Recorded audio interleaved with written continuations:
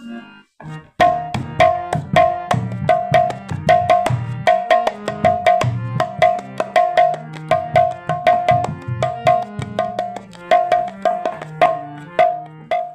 রাধে, আমি সঙ্গীতা। আমার ভাগনা গৌর মহন্ত আজকে আমাকে নতুন একটি ইউটিউব চ্যানেল খুলে দিল, তাই আমি একটি কৃষ্ণ ভজন গাইলাম। কেমন হলো সবাই জানাবে। সকলে ভালো থাকবে। রাধে রাধে।